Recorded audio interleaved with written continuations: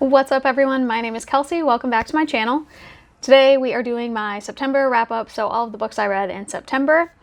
Full disclosure, I already filmed this video once and it was a fucking disaster, so we're redoing it. I don't know what happened the last time I tried to film this, but it's like I forgot every book-related word I've ever known. It took me like 5 minutes to remember the word characterization.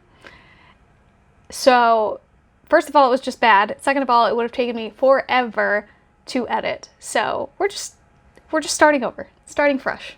And with caffeine. September was, let's see, a pretty good reading month overall. I read 11 books, 2,450 pages, 14 hours listened, average rating of 4.09, which is really nice. I always love when it's over 4 stars. 3 contemporary, 4 fantasy, 1 historical, 1 horror, 1 nonfiction, 1 thriller. 2 were audiobooks, 4 ebooks, 5 physical books, and then 3 adult, 2 middle grade, and 5 YA, which is like a pretty good mix-up of genres and age groups. Also, since the first time I filmed this video, I have started packing to move, which means I don't have any of the physical books with me, and I already returned my library books, so Editing Kelsey is just gonna have to put up pictures over there. Hope that works for y'all. The first book I read in September, or first book I finished really, was The Dragon Republic by RF Kuang. This is an adult, high fantasy. I read the physical book. It's the second book in the Poppy War trilogy, so I can't talk about the plot too in depth because it picks up where the Poppy War left off. We're still following the same primary characters. Rin is the perspective character in the Poppy War. She's an orphan in a southern province of this nation, and she takes this extremely difficult test in order to qualify for the highest, most impressive military academy in this nation. She gets in, she goes through school, and that's like the first third of the book, all right? And then there's a war. So in book 2, still war. But after the events of the Poppy War, it's like the dynamic of all of the politics in this nation completely shifted after the end of the Poppy War because of the climactic events. So, like I said, I can't really say anything about that without spoiling it. So I'll just tell you that I gave this 5 stars. The first time I read the Poppy War, I only gave it 4 stars, and then I reread it last month and gave it 5 stars. There were just a lot more things I noticed about like the actual structure of the book and the development of Rin as a character, and I just thought it was really well done. But book 2 was a 5-star read the whole time. I felt like the pacing was a lot better in book 2 than it is in book 1, even though I forgave it with my 5-star rating. This book is like, it's a very heavy strategic military fantasy, which if someone had told me that when I started these, I wouldn't have picked them up. That does not appeal to me in the least bit. I've DNF'd books with similar premises in the past, but I love the way RF Kuang is writing this. It's like you still get all of the huge events and like major war strategies, but it feels very personal because of the way she writes her characters. Rin is like just a huge fucking disaster. She makes terrible, terrible decisions, and for someone who is so hardened, who's been through so much terrible shit, she is very easily manipulated by authority figures, and that aspect of her character has such a solid background. So even as you're reading her and wondering why the fuck she's falling for all of this, listening to all these people that are clearly not on her side, you understand why it's happening. I don't have any cons for this book. Super enjoyed it. Cannot wait for the 3rd book. Okay, next is Sadie by Courtney Summers. This is a young adult contemporary thriller. I listened to the audiobook for this, which I highly recommend, and which was highly recommended to me. And this follows the story of Sadie, who is a teenage girl who has had a rough life, really. Her mom is pretty neglectful of her and is an alcoholic and disappears occasionally. So Sadie was pretty much the parental figure for her younger sister, Maddie. And this story follows Sadie after Maddie has died, and Sadie is setting out to find her killer and get revenge, basically. There's also another perspective in this book. So we're following Sadie in real time as she's going on this revenge journey. And then we're also following another character, Wes, who is an adult man running a new podcast, and this podcast is set a year or so after Sadie has disappeared and is investigating what happened to her.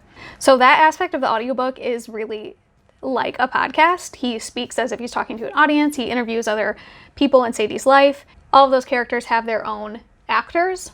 My pros for this book are, I mean, I really enjoyed it overall, but Sadie as a character and like the emotional journey that she goes through was just really well done. She's dealt with a lot of terrible shit in her life, and like her younger sister dying, a person that she saw in her life as not only a sister but almost a child to her, is horrific. But there's even more that's slowly revealed throughout the story, and you're in Sadie's head, so seeing her come to terms with the stuff that she's been through and how traumatizing it really was for her, and at the same time sort of letting go of the guilt she feels for what she went through. I think we all know that victims often blame themselves for the terrible things that happen to them. So throughout this book, Sadie is sort of shedding that guilt, and I loved that aspect. I also really enjoyed the podcast aspect. I thought it was super well done, especially the interviews with other people in her life. I thought that was an interesting aspect that is missing from a lot of other podcast story elements in other books. I did hear a lot of people complain that the ending was too open-ended, and to be honest, I disagree. I feel like people who think it's open-ended are really optimistic. I'm happy for you, but in my mind, it's pretty clear what happened, but it's not written down on paper. You're left to form those conclusions on your own. Some people might like that, some people might not. My only cons for this book were basically, also wanted to mention that this book is sapphic. Sadie is a sapphic character. There's several times throughout the book that she references attraction to other women. It's not romantic in the least bit, but that is an aspect of her character. Also, my only cons for this book were her interactions with other characters just felt so unrealistic. For the most part, Sadie is on a solo journey, but occasionally she interacts with other teenagers or younger people, and those interactions just felt so false to me. That really took me out of the story. But I gave it 4 stars. I did really enjoy it. Okay, next is Yellow Jessamine by Caitlin Starling. This is an adult horror historical novella. I read this as an ARC, an ebook copy, and I was highly anticipating it because Caitlin Starling is the author of The Luminous Dead, which is a sapphic horror sci-fi that I really enjoyed. So briefly, this book is about a widowed woman set in a small port city, and she runs like a shipping company, sort of. Like she inherited it from her dead husband. Is she a widow or is she just a spinster? I can't remember if she was married or if she just inherited it from her family. Either way, she runs the shipping company, and one day when her ship comes back, something is wrong with her crew and it's spreading. So basically her crew members are just unresponsive. They stand, they stare blankly, they don't move, they don't blink, they don't respond to stimuli. The powers that be in the city start investigating for a potential plague, and everything takes off from there. Pros for this book are that Caitlin Starling is just really great at building like a creepy and tense atmosphere. Let's see, the setup for this plot takes place in a small city, but most of the second half of the book is set in Evelyn's home. Evelyn is the main character. So it felt really isolated, and I thought that worked well. That's something that Caitlin Starling is really good at, and there's similar themes in her other book. My cons for this book are that the plot felt very disjointed, very cobbled together, very nonsensical at times, where I genuinely couldn't see the connections that were trying to be built throughout the story. And like the twists, the big reveals that were supposed to be a big deal just did not land for me. They weren't interesting enough to be engaging. Also, there's a sapphic love story in this between Evelyn and her assistant, Violetta, but Violetta was really underdeveloped, so I wasn't really interested in their connection at all. So yeah, disappointing. I gave it 2.5 stars. Okay, next is Unburied Fables. This is an anthology of fairy tale retellings with central queer characters and themes. I picked this up primarily because it has several stories with asexual representation, and overall this had like my usual problems with anthologies where there were 1 or 2 stories that really stood out to me that I really enjoyed, but most of them were very meh for me. And a lot of this comes down to the fact that I don't really enjoy fairy tale retellings in general, especially in short story formats, I'm discovering, because the world building is just not great for me. And I know it's intentional because fairy tales are generally or traditionally orally told, so the world building is on the lesser side, and you're really meant to just infer that based on like your own cultural understanding of a fairy tale, but it didn't work for me. There was 1 5-star read in this book for me, 1 4-star, and the rest were pretty blah. Another problem I had with this story was, or this book, was the last story was really long and I didn't like it. So it was a terrible way to end the book, and also I really prefer collections where the stories are fairly even in length. So even if I'm not enjoying a story, I know it's only going to last 10 or 15 pages. But it felt like this last story was almost the last quarter of the book, and I was so tired of it that it was really upsetting for the whole experience. So I ended up giving that 3 stars, which was generous now that I'm thinking about it. Do Fish Sleep by Jens Raschke. I might be saying that wrong. This is really a children's book. This is like a grade school age level. I read it for a class, but I debated on whether or not to include it in this wrap-up, but I really loved it, so I wanted to talk about it.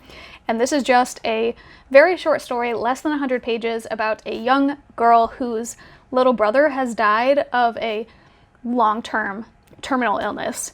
And she's sort of dealing with these new feelings of grief and recounting some of her memories of her brother and learning how to accept her grief, really, and express it. There are also little illustrations throughout the story. They're 2-tone, white and black with cool colors, blues and greens. I just thought it was really beautiful, really well done, an excellent book for people in this age group that may be dealing with something like this or may soon deal with something like this, because it also addresses the fact that nobody really knows what happens when you die, and this young girl is looking to the adults in her life for answers, but nobody really has an answer. Nobody knows what happens, and there's no one right way to grieve or deal with your feelings. So I just thought it was great. I gave it 5 stars. This is also translated from German, if that's relevant to you. Okay, next is New Kid by Jerry Craft. This is a middle grade graphic novel following Jordan Banks during his first year at a new prestigious private school known for their academics, when really what he wants is to attend a well-known art school. He's an artist, he draws comics, and that's what he wants to do, but his parents have decided that this is the better option for him. So he figures he'll stick it out, and maybe next year his parents will let him go to the school he really wants to go to. But he is one of few people of color at his new school. He's black, and he has to deal with like a lot of ignorance and some bullies at this new school while, you know, going through school, making friends, living his life. I really liked Jordan as a character. He's very thoughtful and complex. One of the conflicts throughout the book, and one that I particularly enjoyed, was him figuring out how to navigate different friend groups. And that's something that a lot of kids have to do as they grow up, is, you know, you make new friends in different places in your life, and none of them have to be better than another, and you don't have to get rid of any old friends just because you have new friend groups. But if that does happen, then it's normal. I really like Jordan's family, the way, I mean, they're all very loving and supportive of each other, but also there's conflict between his 2 parents, and it's depicted in a way that's not harmful. It's just shown as like, sometimes parents disagree on how to raise their children. Obviously, Jordan also deals with racism at his new school, primarily through microaggressions from fellow students and faculty members, but also there are a few bullies that are just kind of dicks, honestly. I appreciated the inclusion of microaggressions, especially because that's something that a lot of people of color deal with, and I don't often see it in middle grade books, especially in a book where, like, this book is not about racism, it's just something that Jordan has to deal with. There's this moment in the book where one of Jordan's classmates, who is also black, is gifted a book, like a award-winning book about a black man that dealt with tragic circumstances as a child and grew up in a terrible home and overcame a bunch of adversity to make it. And like, there was like, his mother was a drug dealer or something, and someone in this kid's class gave him that book and said that he would really love it and relate to it. And it's like, good Lord, why would you think that? First of all, why would you give that to someone that you don't know anything about? Second of all, it was just terrible, but also shit like that really happens. So my only cons for this book are totally a personal thing. I don't even know if this would bother anyone else, but it super annoyed me. And there's this moment in the book where Jordan is, through the first couple of sections, he talks about missing his grandfather, and the assumption is that his grandfather passed away. And, you know, he says it one day to his dad, and he's like, I just really miss Grandpa. And his dad is like, I know you do, I miss him too. And then the next page is like, well, he's not dead, he's just at the retirement center, we can go see him. And I thought, I really hated that. I didn't think it was funny, and it made me really upset as someone who has lost their grandparents. I don't think that joke is funny at all. But that could just be a personal thing. Okay, next is Bone Talk by Candy Gourley. This is a middle grade historical novel set in the Philippines around the 1900s, thereabouts. So this book follows the main character, Samkad, and I'm sorry if I'm saying that wrong. I looked it up, but there are multiple pronunciations. So anyways, he lives in this small village with his community and in the mountains in the Philippines. And one day, the elders of his village decide that it is time for him to become a man, to go through the ceremony, which is basically just circumcision. It doesn't use that word, and it doesn't explicitly describe it, but that's the implication. But as he and his father go to the bone tree, which is a sacred tree in their area, they see a snake, which is a bad omen. And when they return to the village, him and his father consult the elders and find out that Samkad's soul is tied to another person, much like Samkad's mother and her close friend were souls that were tied together. They grew up together, they were inseparable, they were married at the same time, they had children at the same time, and then they both died during childbirth. But when his mom's friend died, her child's father also died or was already dead, I can't recall. So this other boy was sent to another village to live with his aunt and grow up there. But they discover that Samkad's soul is tied to this other boy's, so Samkad's father goes to this village to bring him home. But when they return, they also have with him this boy's aunt and a white dude, an American. As you can imagine, things take off from there. In addition to this one American who seems like a decent dude, he is respectful of cultures, he speaks to everyone like they're normal humans. We quickly discover that there are other Americans in the area with bad intentions. And the story goes from there. It's a lot about coming of age and, huge themes of colonialism and colonization and war and proving yourself, really. That's like Samkad's number one driver throughout this story, is he wants to prove that he is a man now and he should be allowed to become a man in the eyes of his community. Pros for this book are that, it's a super immersive story. Samkad is an interesting character. He reads like the 12-year-old that he is. In addition to the things I already discussed, there's also strong themes of masculinity and manhood and what it means to be a man and what masculinity means to the individual and to the community, and I thought those were all really well explored and interesting. It was very violent, not in an overly explicit way, but in a realistic way. These are real things that real people had to deal with even when they were 12, so I wouldn't say it's inappropriate for the age group. It's just something to be aware of.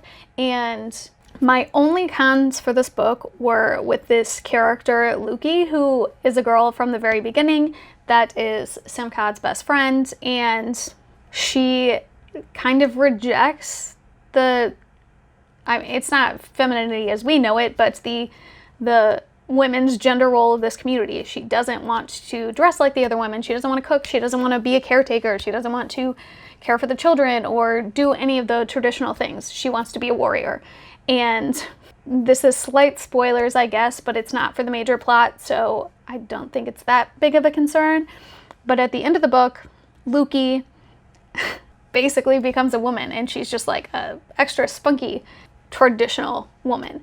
So she's wearing the skirt, she does all of the duties that she's meant to, and she's just a little more roughhousing than the other women.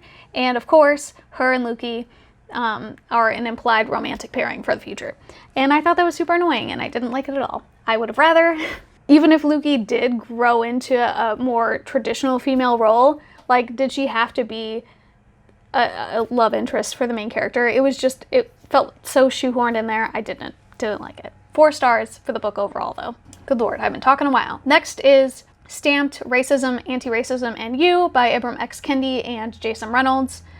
This is a young adult nonfiction. I listened to the audiobook, which was excellent. Jason Reynolds narrates it, and I already knew I like him as a narrator. This book is a remix of the book Stamped from the Beginning by Ibram X. Kendi, and it's basically a rewrite for a younger audience. It's divided into sections based on time period, 6 sections, I think, total, starting way back in the origins of racism, where the racist ideas were first introduced to the public mind, where, you know, new writings were taking place, promoting this idea of racism and encouraging a divide between races. And we started that time period and work our way forward, and it just discusses the origins of these different ideas that show how racism was formed and how racism as we know it and as we hear about in our history classes was developed. It also discusses the origins of the different schools of thought behind anti-racism. So you have segregationists, assimilationists, and anti-racist. So those are like the 3 major schools of thought behind not being racist. Anti-racist is its own thing, so I can't use that phrase. I don't know how to word this. But I thought he did an amazing job at making all of this really complex and long-standing history digestible, and it laid like a great ground for more learning. So definitely recommend it, both for people that are interested in this topic, mostly for people that are new to the topic or maybe younger and don't have a great baseline for the history.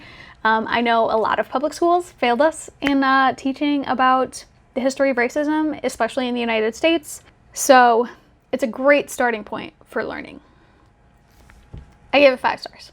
Next was Cemetery Boys by Aiden Thomas. This is a young adult fantasy novel following Yadriel, who is a trans boy and a brujo. And he's 16 years old, and he sets out one night to do this, I think it's the Quince ceremony. It's supposed to happen when you're 15, but because Yadriel is a trans boy, his family did not let him go through with it out of fear, I guess. So he sets out to go through the ceremony on his own to prove to his family that he is a brujo, and this is who he is.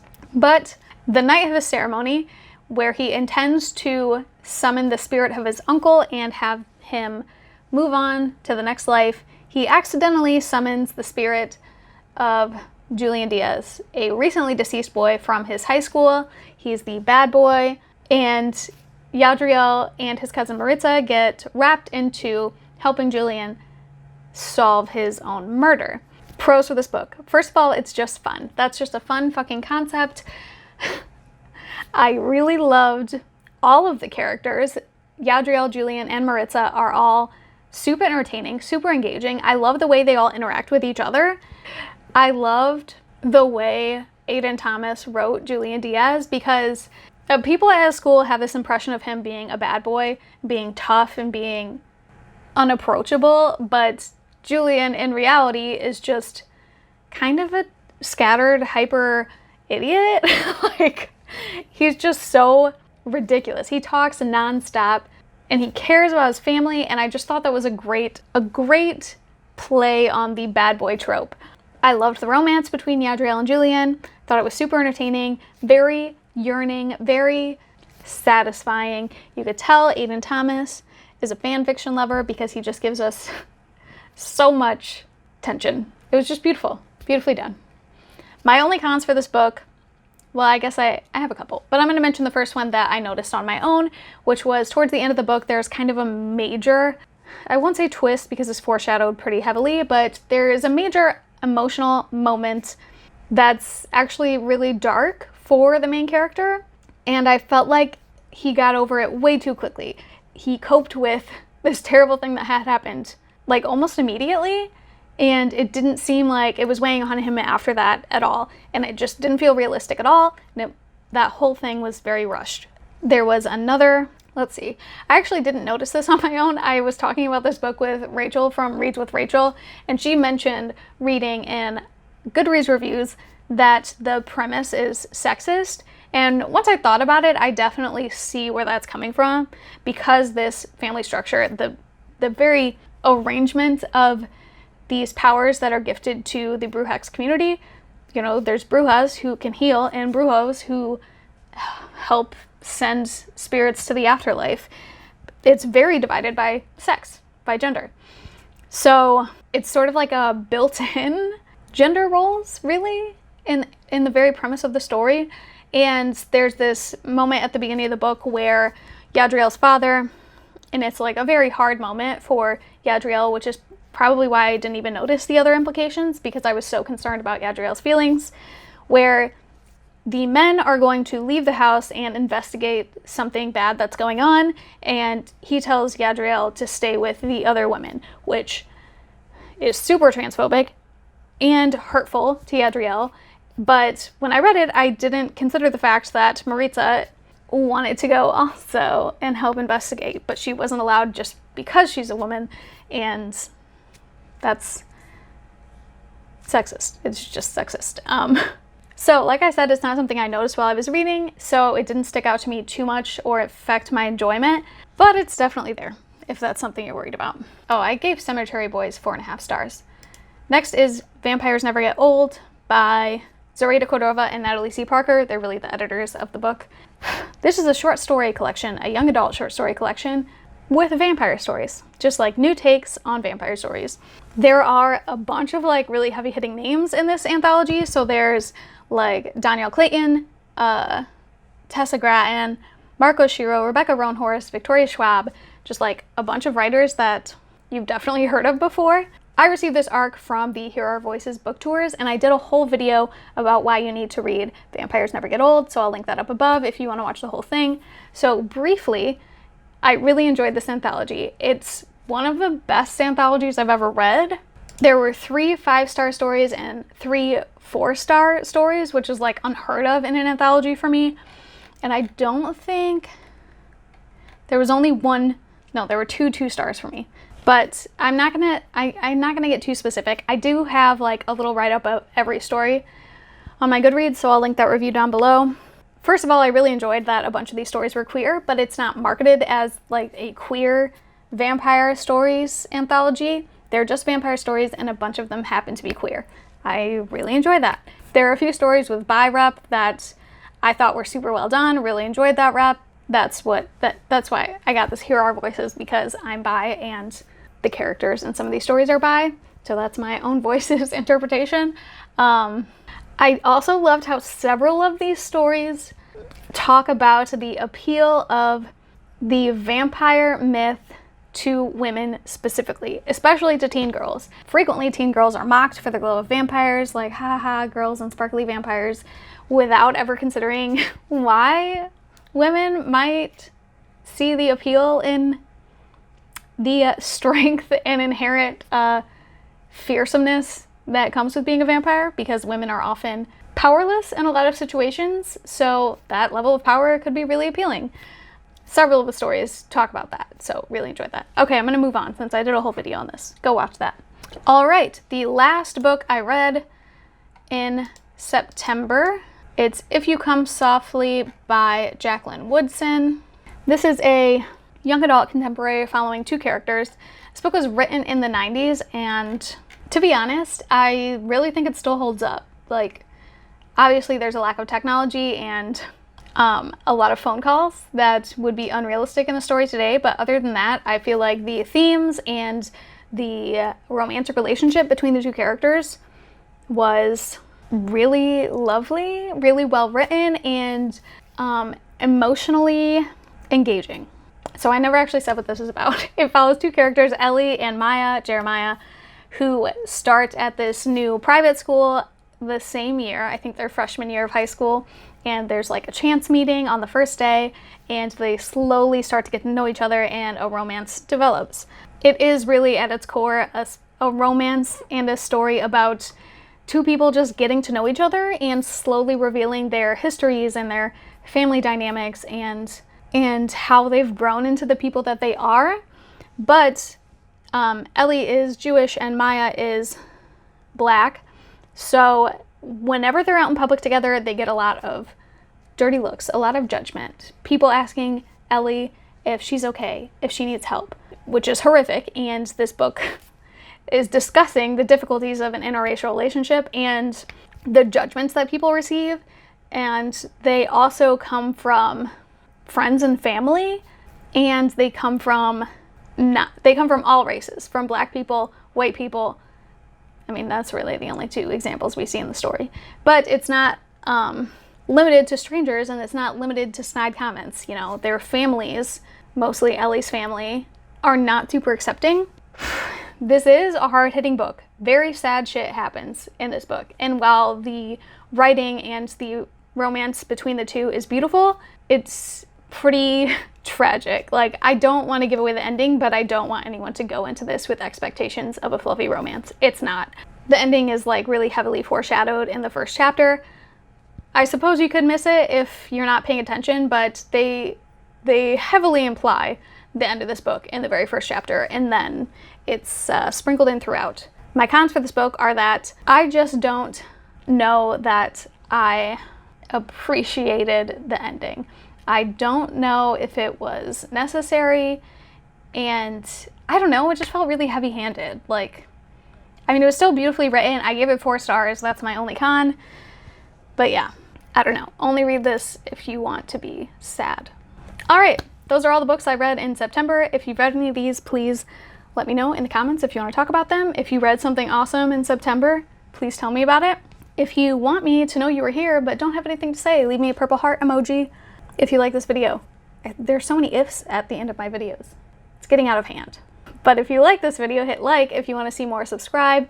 I post book-related videos every Wednesday. If you want to keep talking, you can find me on Twitter or Instagram at Kelsey Reads or Goodreads at Kelsey Lynn Reads. Otherwise, I'll see you next week.